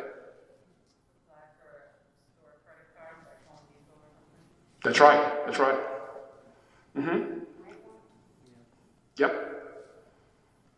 You didn't have any money, so I don't know what that means. But I wouldn't give him a credit card if he didn't have any money. Unless, well, he has a good credit score. If he has a good credit score, he can get it. You know, get a cheap all-one that'll work. And he should be able to make enough money in a weekend to pay for the lawnmower. Oh, Max Moving. He wants to start a local moving business. 2 brothers. They used to work at another company. All 3 of them got laid off. And they haven't found work. Each of the brother has 2 kids. And 2 brothers are on food stamps. So they're really in dire straits. Neither of the brothers have a truck. Okay, they're going to move people and they have no truck. What? Huh? Okay. Like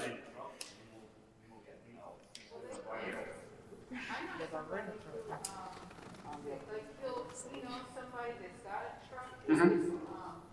is advertising on the truck, Mm-hmm. so he'll rent out his truck. Okay. Get that advertising, free advertising. Okay. Maybe the barter service. Good idea. Yep.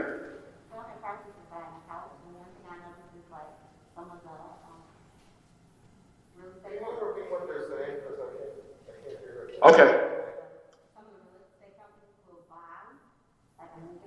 Uh-huh. Use their labor. Okay. So working with another company to, if you use their truck.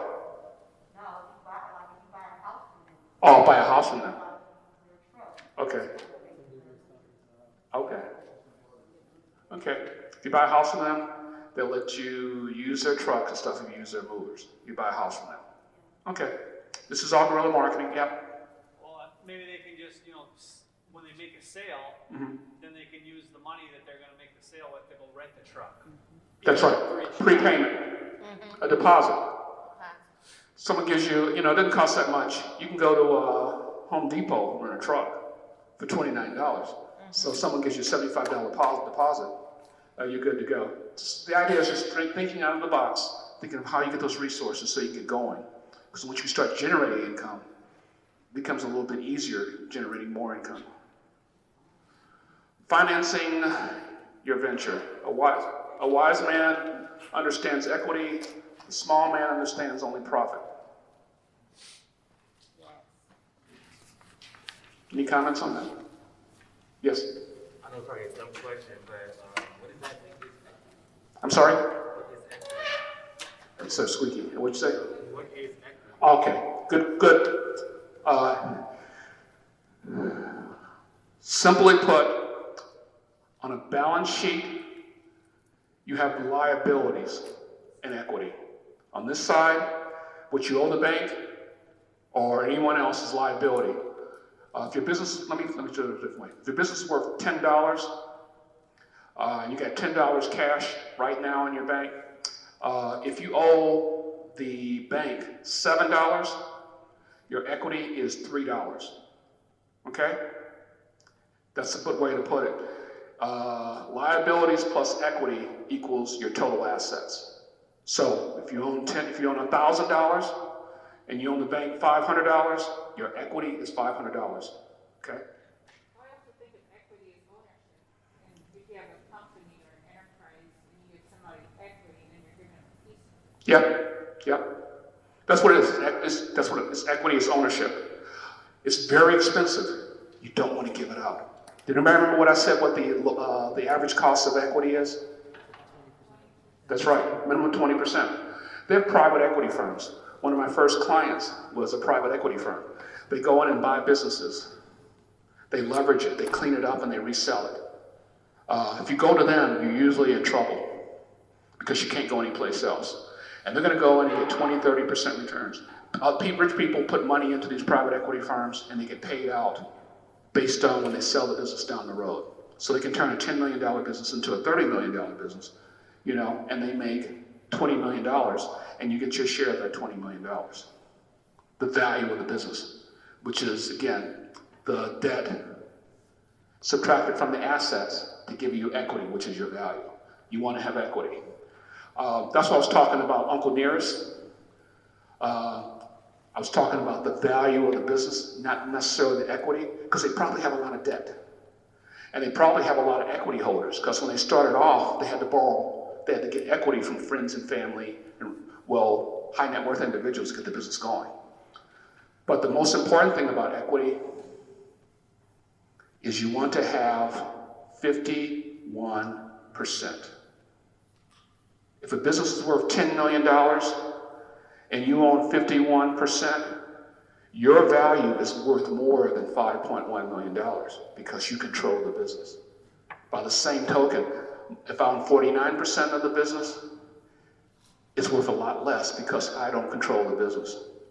The controlling interest in equity makes all the decisions. 51% is 50.0001 is a big number to have compared to 49.999. Remember that, because you want to maintain control. Okay?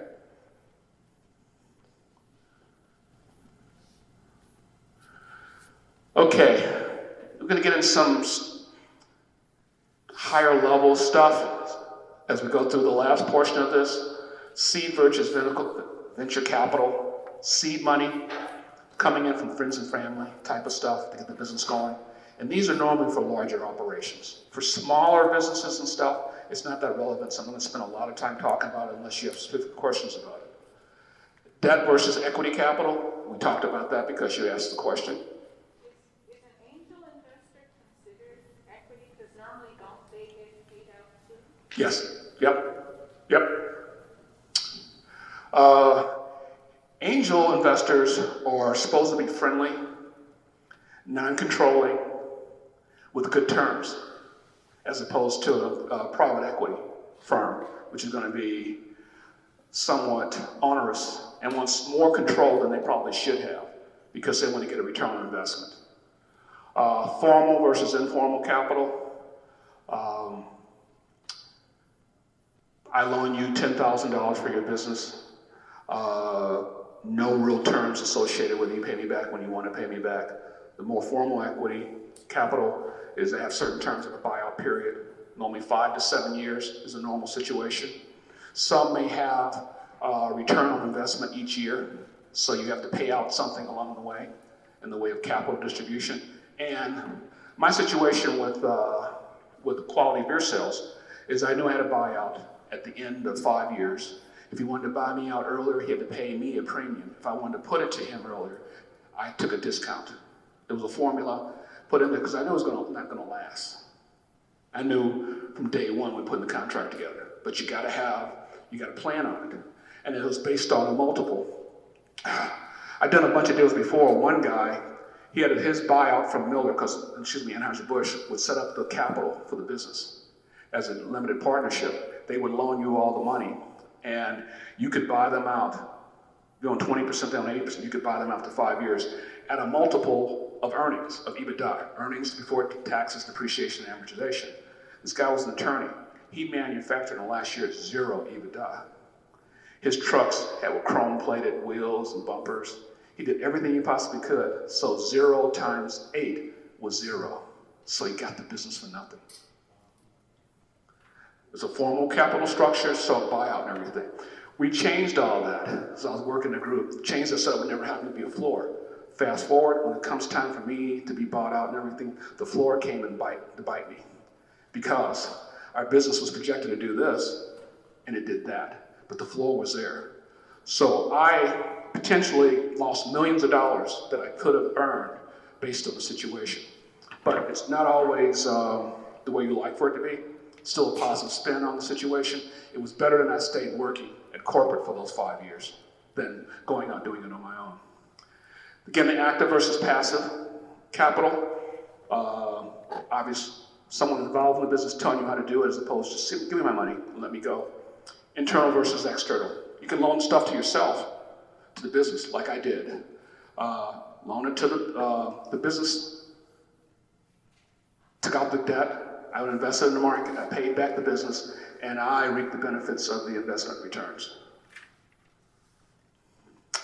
Characterizing the sources: self-friendly, friends and family, partners, commercial banks, SBA, angels, which you talked about, venture capital, private offering, IPOs, microcredit, crowdfunding. I've seen crowdfunding out there on Facebook a couple of times. I'm ready to buy something, and it doesn't exist. They just have a concept out there, and they want people to invest, and you can get it when it comes down the road. That doesn't work for me. That seems very risky. Doesn't work for me, but it obviously works for a bunch of people because they're successful in doing so. It's a way of getting, if you've got a good concept, a good product, you could probably get crowdfunding. One thing that I helped one of my participants was, what's it called? Kiva? Yeah. They had a good business concept last year, and it was a matching situation. And one, I wanted to know how it worked. And two, I felt compelled because they had a good business situation. They've been around for a period of time. And as a follow-up to it, I have no idea. I think that the money's gone. I don't know, I should check on that. But I just thought about that Kiva situation. I'm sorry? I'm sorry, I didn't understand what you're saying. That would bring 0% interest rate right now. Okay, 0? Okay. On your own in your book, if you care to, you can link the characteristics to the sources. As we talk about here, from here up is what we're potentially talking about.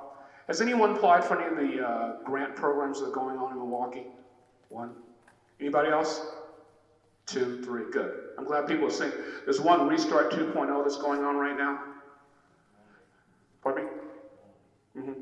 There are a couple of programs that are out there. There's one that ended October 1st.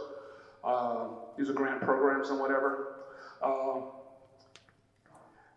A friend of mine told me about the SBA small business situation.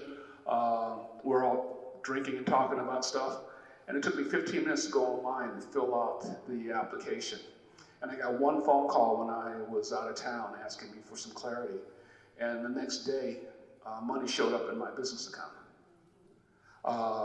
I was amazingly surprised. Part of it was grant. The other was a 30-year loan at some low rate that'll probably be forgiven. But there are opportunities out there. So part of the networking, someone told me about it, and I went ahead and said, well, don't go ahead and do it. Let's see what happens. Didn't expect anything. And ended up having more capital in the account to work towards some of the things that we want to do.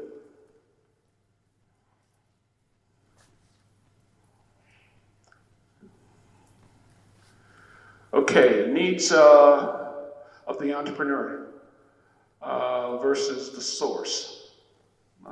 Needs of the entrepreneur, the amount of control you want to have, which you definitely want to control. Figure out how much money you need, and how does that relate to the goals of your company.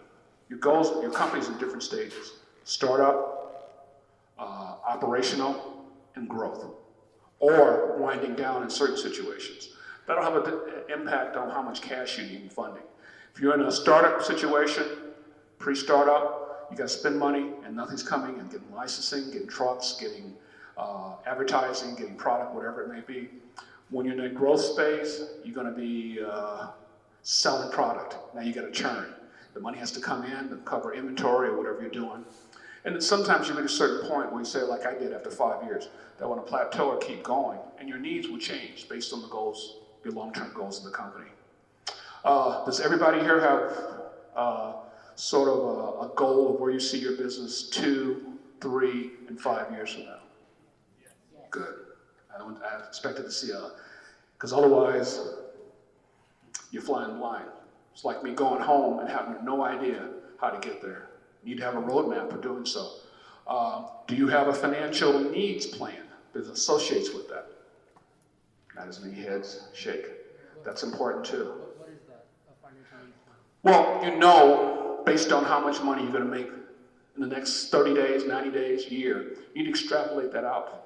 Because it's going to tell you, say at some point, say 3 years from now, I may need X number of dollars that I need to have to go to the next level or do something.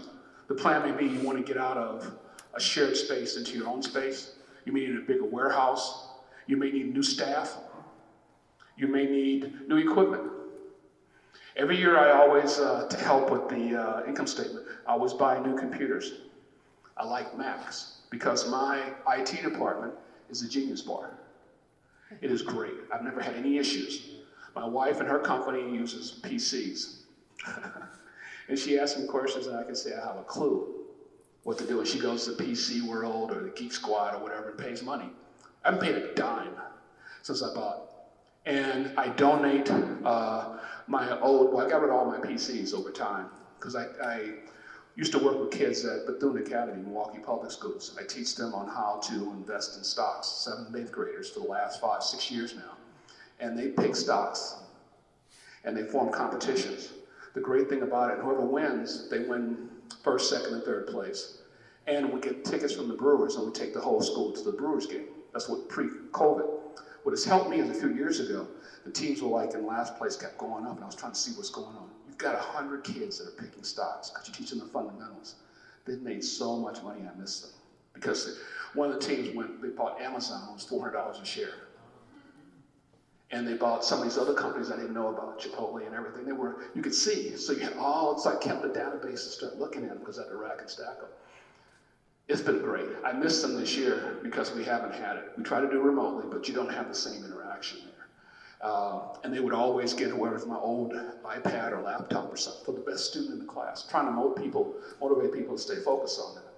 This is the thing, figuring out what the customer wants, but also helping myself.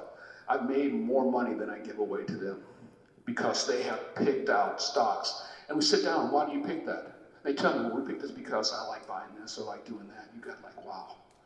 So I have 20 stock picker teams, these students, between 2 classes that have helped me every year. Now this year I didn't have their help because we didn't have it going. The instructor is really good. We play golf together because he likes keeping them understanding math. So part of it's the network and connectivity. The other thing is, they made a lot of the money, this capital, to help my business have sufficient cash flow for whatever needs to be done. So I'm not in a hurry to send out an invoice, because the cash is there. And if they're slow paying me, like the guy that was supposed to pay at closing, didn't get the money until Thursday. In fact, he sent me a check that returned to maker because he spelled, instead of putting the company's name, he put my name and put a 3 in front of it. That's enough when you got a big check. The bank said, we're not going to cash that. So I got on the phone and called him. He said, no good. And he wire transferred and went in the account right away, which I asked him to do in the first place. He didn't do it. And the customer's first, so you don't go back and like, hey man, I told you to wire transfer so we didn't have this problem. He ignored it 3 times. Invoice, text him. Then he had to do it on Thursday. Otherwise, we had a problem. But the key is being polite and not saying what I'm thinking the whole time. Yes. Do you offer that stock class for adults? Yes, we have a group called Cash It that meets virtually now, the second Saturday of each month. They used to meet at the old brick building, but now we do it. It's cash for it. Bob Wynn does that. We've been around for several years now. And we go through the fundamentals of picking stocks, and we have to kick in so much money, $25 a month, and we pick stocks. And some have been winners and some haven't, but people are learning how to select stocks. So we're doing it for adults, and that's something else, so yes. Have you ever done Not younger than 7th, 8th grade, because they don't know the math. When I was in Newark, I started with 6th graders, and that was the edge. 7th, 8th graders understand percentages and compound growth and stuff, so we try and weave the math into the curriculum so it makes sense. Now, sometimes we got some kids that are sitting around with their heads on the table and stuff, so I start bribing at times. If I said the market goes up, you guys can get some money. If the market goes down, so I asked, did the market go up today, this week, since last time? And keep them engaged. And I had a couple of kids that had their head down, all of a sudden they're paying attention and want to start giving out some money. Didn't do it all the time. It was on a good market day because they gave me a good stock pick. And I showed them, like I bought Philip Morris, and it went down. I lost $30,000 on Philip Morris. Are you guys getting any money? They know they're not going to get any money. We still have the quiz, though. Let's answer the quiz and move forward. So part of that is learning. They helped talking about guerrilla marketing. That's how I had some of the cash, talking about 4 or 5 years ago, because they were investing in stocks hypothetically, and I was actually acting upon some of their stock picks because they made me aware. And that's one reason why I really miss not going there and talking to them, because it was financially a great idea. And I enjoyed watching some of them light up and get excited and understanding. And then some of the teachers would come in the back of the class and sit in and start taking control.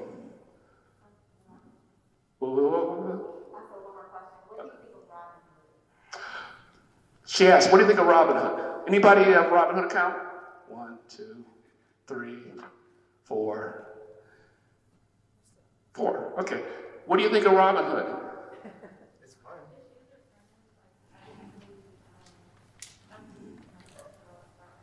Mm-hmm.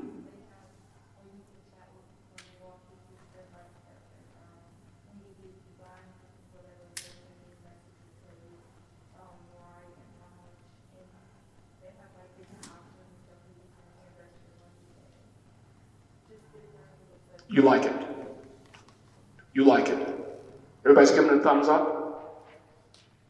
Yep. That's what I expect. It's a good way to start investing. There are no fees for commissions or anything, but there are no fees with anybody now. They forced Chase, Wells Fargo, Fidelity to get rid of the fees. I am happy for Robinhood because I don't pay any fees. Not that I was paying more than $5 a trade. Just, it was an annoyance. You don't even pay that anymore. So it's definitely... Okay, Robinhood is an investment platform. Just like Schwab and every place else, you put money in the account and you can do trading, direct trading on your own. Okay? You can buy Apple stocks or you can buy a dollar amount of Apple stock. They do fractional trading, which is really good. So, Apple's $130 a share. If you only got $50, you can buy $50 into Apple stock. And they force other companies to do that too, fractional trading, which is really a good idea. So for something like stockpile, What? something similar to stockpile? I don't know. Jeff, the TD Ameritrade, Schwab, Fidelity, all of those are the big houses. The biggest ones are Fidelity, of course, and stuff like that, which I've gone. But because of what Robin has done, it's gotten more competitive. Younger people with lower investment balances are doing Robinhood. They were doing the math. People at Fidelity have hundreds of thousands of dollars. Robinhood may have $10,000, but it's a great start to invest in. It's outstanding, and it makes it more competitive for the other platforms. I do a lot of trading. Again, make more on trading than I do with my company. I do things like, for example, not getting off on a tangent, but I wanted to get a Peloton bike. So I bought Peloton last month. Bought enough, $80 a share, and it went up to $115. So I sold it and ordered my bike. Okay, the bike's supposed to come in December. I told my daughter, she ordered the bike. She ordered the day after I ordered. Hers arrived last week. I get mine in December. So I called them and tell them, what's up with that? So I got a discount. And a referral. I got some shoes and a bunch of other stuff. The bottom line, now the stock is at $131 a share. I bought some back, said, wait a minute, this is still going up. So I bought a bunch more at $130, and I already got my bike. It's already paid for from them. That's what I did with Apple. I buy Apple stock when I make enough money. I buy Apple Watch. Just bought a 12 yesterday. If you're making money for me, I'm part of the ecosystem that's helping you help me in the grand scheme of things. So I'm going to sell Peloton at $150. I got a bunch of it. I bought it back up to them. I'm going to sell. When I get another $20 a share, I'm out. Because eventually, you can sell so many bikes. Eventually, it's going to crash and burn. I'm not greedy. It's having structure to your investments, like structure to your business. Your business should be planned. Your growth should be managed. If you could get 1,000 customers and you only can handle 500, it doesn't mean you should take 1,000 customers because that's short-lived. You stick with what your base and what you can operate at. And you're funding for it, because if you lower quality, you'll run out of customers, bottom line. Let's see. Oh, oops, let me go back. No, it's over here. 3 stages of financing needs. The pre-startup, we talked about that. The stuff that you need, the research that you're going to be doing, the money you're going to be spending before you roll off. A startup, this is when you're really getting going. Right now, you're out there selling product, you need inventory, you have expenses occurred as you're moving forward. Post-startup, now you get customers coming in and you're in a growth pattern. More inventories are needed. Cash management is very, very important. You're understanding your cash needs, how much you have in the bank, as a relationship to what's going in and what's coming out. We tell you your ending cash balance each month. You need to project that out so you're not surprised. You don't want to be there when you've got this order coming in and you don't have enough cash to manufacture or get the inventory. So your cash modeling is very important going forward.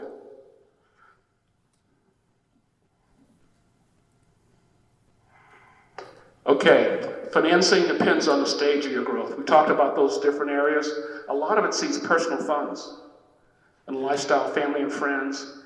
Banks, who has bank loans? Not talking about credit cards, but who has a bank loan? No, for your business. Okay, that's what I thought. So a lot of stuff that later on is going to happen is not really relevant in the grand scheme of things. Main sources over progressive funding rounds. I have no idea what this means. I looked at it a couple of times. First round, second round. But I'm going to go to what I do know what it means. I have no idea what this means. Okay, here we go. How much do you need? Now, this is right. If you need less than $20,000, these are your normal sources. Personal savings, home equity loans, that's pretty common. When I bought my beer distributorship, I had to come up with a down payment. I didn't have the money, so I took out a home equity loan to come up with my down payment for my share of the Anheuser-Busch beer distributorship. And that was okay, because they knew that I was in, from being a worker bee to now all of a sudden I own a multi-million-dollar business. Banks came to my office and said, okay, who do you want to, it was easy at that point. Even though I didn't have a track record, the business had a track record, and it made it easy for getting financing for that. SBA microloans, those are available out there via COVID. Friends and family loans, asset financing, leasing equipment, and some suppliers will advance you certain credit terms. Now, we start getting over here, above $20,000, same ideas, but now you've got strategic partners, you've got asset financing angels, you can do factoring. Factoring will only have you a certain amount of inventory. So there's a different category here. There's another one that we show when you start getting it really, there we go. If anybody's in this category, give me a call, because I'd like to have you one of my clients. If you need $100,000 to over $1 million, and you've got a track record, we can work together. A good proposal, a good billable hours, and what's going to be at the end of it? Success fee. But I'll give you the friends and family discount. Like 0.75%. When do you need the money? You need it now. I do the credit card when I need it right now. You need it this quarter, because it takes time. When you start applying for stuff, it takes time to get the money. It doesn't come right away. Some of the same categories as before, and if you're really down the road, these things I don't think are relevant for any of us. I would never, because the cost is so high. For when you start going out and doing venture capital and strategic partners are not necessary. You've got to be big, and you've got to have a track record for that to be relevant. Any questions about some of the timing on this? And the amount? I suspect most of the needs for capital would be in the range from $10,000 to $25,000. And people beyond that range here, higher than that? Okay, good. See, for example, I don't have any needs for financing because I'm cash flow management. I'm making sure, and I make sure I put aside the right amount for taxes and anything else that may come. And then another reserve just for that unknown, that mitigate that risk that we were talking about. Friends and family, okay, low risk. Some of the pros and cons. It's least expensive, they're going to be patient, but it can have a negative effect on your relationship. If you have some problems, it becomes exacerbated by having to deal with them. Or somebody would say, you promised the money on October, and now it's December, where's it coming? It's problematic. I have never done friends and family loans for those reasons. Commercial banks, there are the 5 C's they talk about: character, capacity, capital, collateral, and conditions. Commercial bank, you need at least 2 years, like we did with Uncle Nearest, 2 years of track record to get money. And you have to personally guarantee it. And you got to put together projections going forward. That's one of the things I charge the billable hours. When I put together multi-year projections going out for the term of the loan, showing it's going to be paid back, because they've got financial covenants, ratios they're looking at to show that you can make those. And whatever you do, they're going to discount them down because they're more conservative. They're going to mitigate their risk. So if you say you're going to make $12,000 a month, they're going to say, what if you only make $8,000 a month? Does it still work? So they're going to mitigate their risk by doing so. The angels and investors, they want a higher return on investment than I'm willing to give them, because they're risky. They're last in line. They have no security, basically. Equity is not security. Debt is usually secured. When you borrow money from an equity source, it's a higher rate because it's higher risk, because you're last in line. If you borrow money from the bank, they're going to do a collateral or a personal guarantee, so the interest rate's going to be less. My guys are borrowing money at around 3%, less than 3% right now on business loans. That before, they used to be 8, 9, 10%. So it's a good time to borrow money if you can get the money, because it's so low.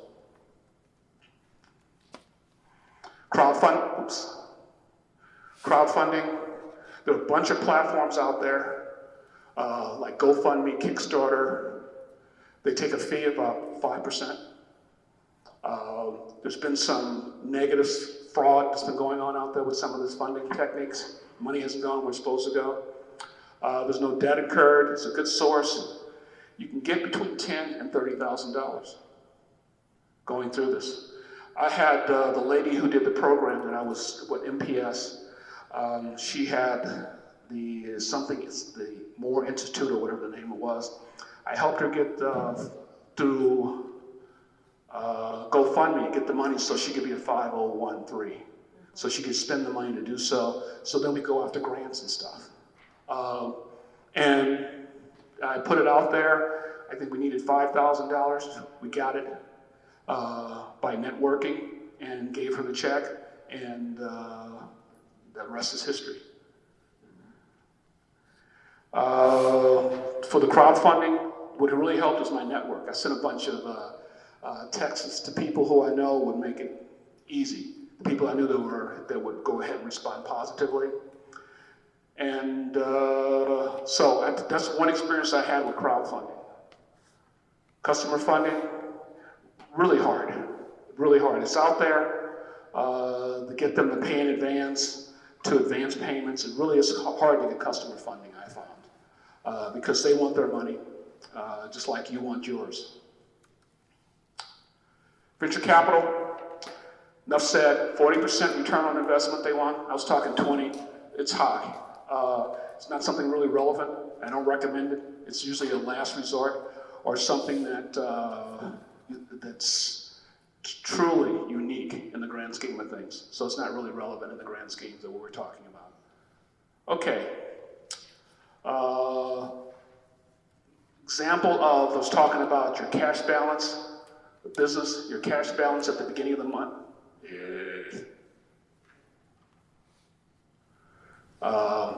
Revenues coming in, and looking at your ending cash balance. In this situation, this is not untypical, where you're going to be negative. You all need to have, going forward, a monthly cash forecast. It should be based on, and that's one of the things that I've done for all my clients, and that's how we establish business valuations. We take historical information and we project it out over a 5-year period and figure out what their cash needs are, working down to basically how much cash you generate. That's how they determine the value of stocks and anything else. So this is a fundamental template, and I think it's my last one too.